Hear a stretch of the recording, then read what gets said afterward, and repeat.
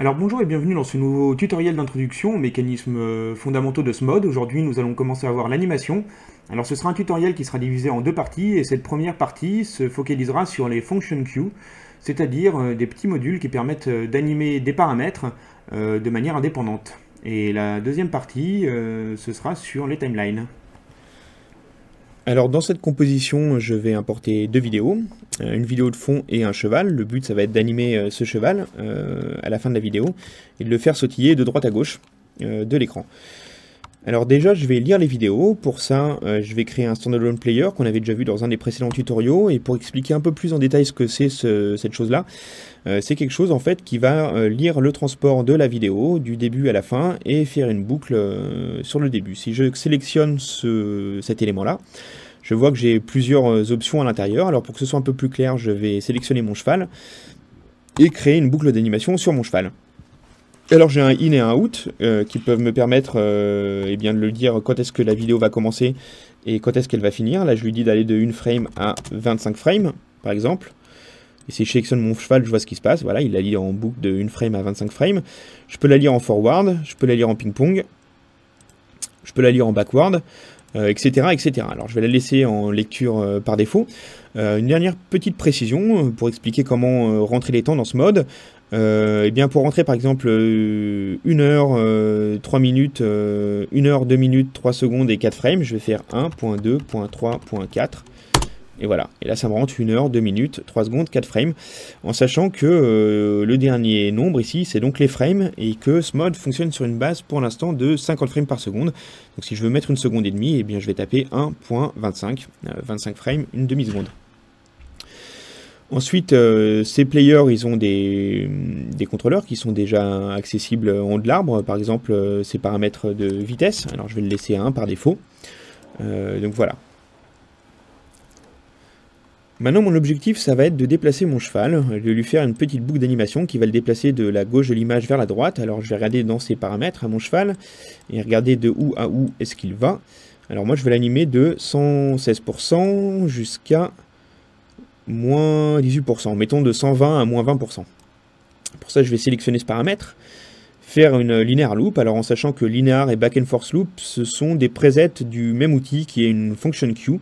Alors moi je vais créer la linear loop, et ce qu'il m'a créé c'est en haut de l'arbre ce petit module qui en gros a une target et qui anime mon élément, qui anime ce paramètre. Alors je resélectionne le cheval, voilà, qui anime ce paramètre là.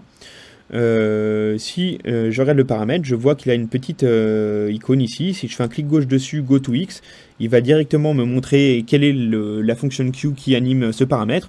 Et si je fais un clic droit, go to X depuis la target, eh bien je vais pouvoir aller naviguer dans l'autre sens. Comme ça, je ne serai pas perdu.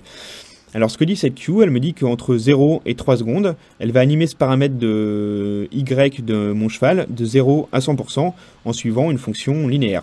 Donc nous on avait dit qu'on voulait aller de 120 à moins 20%. Alors voilà, donc par défaut j'ai une fonction linéaire. Si je mets un sinus, eh ben, il va lire de moins 120 à 20% en sinus. Mais je vous laisserai encore une fois tester ça de vous-même. Alors maintenant ce que je veux faire c'est faire sauter mon cheval. Alors pour ça on va voir comment il fonctionne mon cheval. Je vais désactiver la loop queue, la fonction queue qui me permet de le déplacer de droite à gauche. Alors on voit que quand je désactive cette queue, mon cheval continue à courir parce que pour l'instant toutes les animations sont gérées par des éléments qui sont indépendants les uns des autres. Alors mon cheval, ce que je veux c'est qu'il saute de, alors mettons de 82% à 70%, mettons 70 à 80%. Donc, je vais créer une linear loop, voilà, donc pour l'instant il saute de 0 à 100%, on va lui mettre de 90 à 80.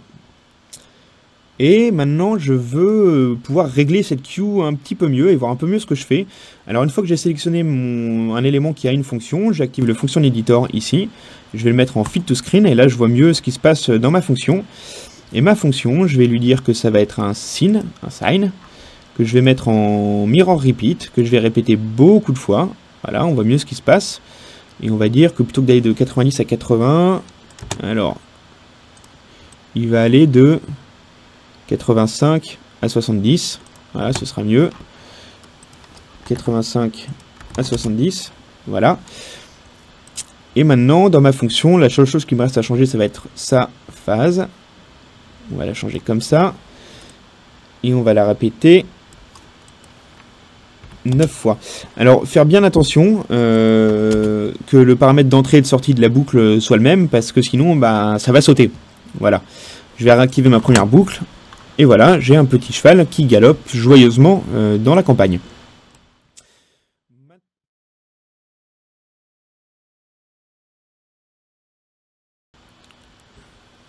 Maintenant, on va voir que pour les queues, les animations queues, il existe aussi des presets, comme on avait pu le voir dans les autres parties du logiciel.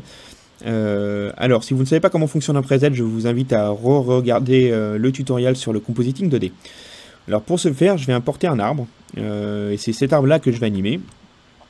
Alors, on prend en bulle, juste pour expliquer, cette petite croix verte, c'est son point de pivot. Alors, moi, je vais la déplacer en bas de l'arbre, parce que je veux l'animer en lui faisant faire une rotation un peu comme ça. Et donc, pour ce faire, je vais donc créer une loupe sur mon placement de rotation, create linear loop. Et là, si je sélectionne ma loupe, alors elle est sélectionnée par défaut, dans ces presets, je vois que j'ai plusieurs choses.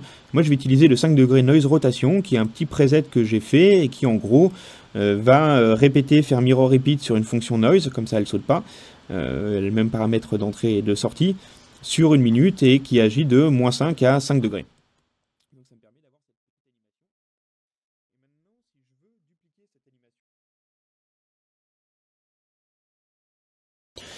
Et maintenant, si je veux dupliquer cette animation pour la dupliquer sur un autre arbre, eh bien, je peux CTRL D, faire un CTRL D sur mon arbre. Ce mode va me demander si je veux dupliquer l'animation. Je vais dire oui. Et maintenant, j'ai mes deux arbres qui sont animés par la même queue, qui est cette queue-là. Voilà, qui a maintenant deux targets, une pour chaque arbre.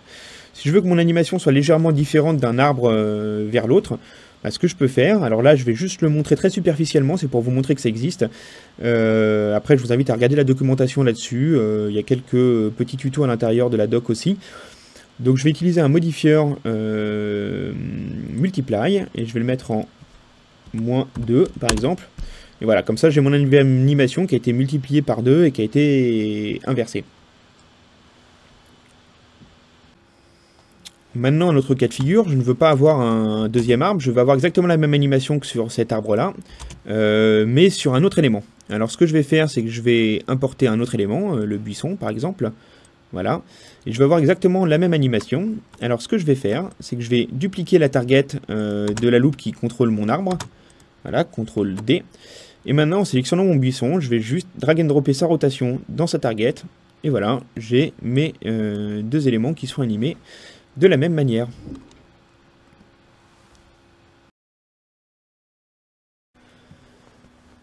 Alors pour l'instant on a vu des queues d'animation seulement sur les positions des éléments, mais ces queues je peux les mettre sur à peu près tout et n'importe quoi. Par exemple sur l'intensité d'un modifieur, hop, ou sur d'autres paramètres comme, alors qu'est-ce qu'on pourrait changer? Son output white. Par exemple, alors si je veux faire un petit wiggle là-dessus, je vais pouvoir le faire par l'intermédiaire d'une function queue. Donc je vais mettre un create linear loop.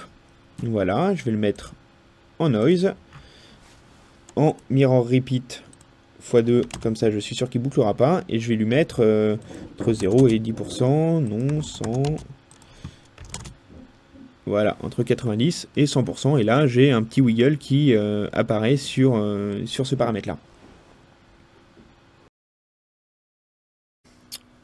Et pour finir ce bref tutoriel, une autre queue, un autre preset de queue qu'on n'a pas vu, c'est les fade in et les fade out, qui en gros vont juste permettre de faire des espèces de petits modules automatiques qui vont se déclencher qu'une seule fois, et qui permettront, dans le cadre d'un show ou d'une présentation, de lancer une fois un queue et de dire, bon voilà, à un moment donné, je vais déclencher une action. Donc là, j'ai créé un fade in sur le buisson.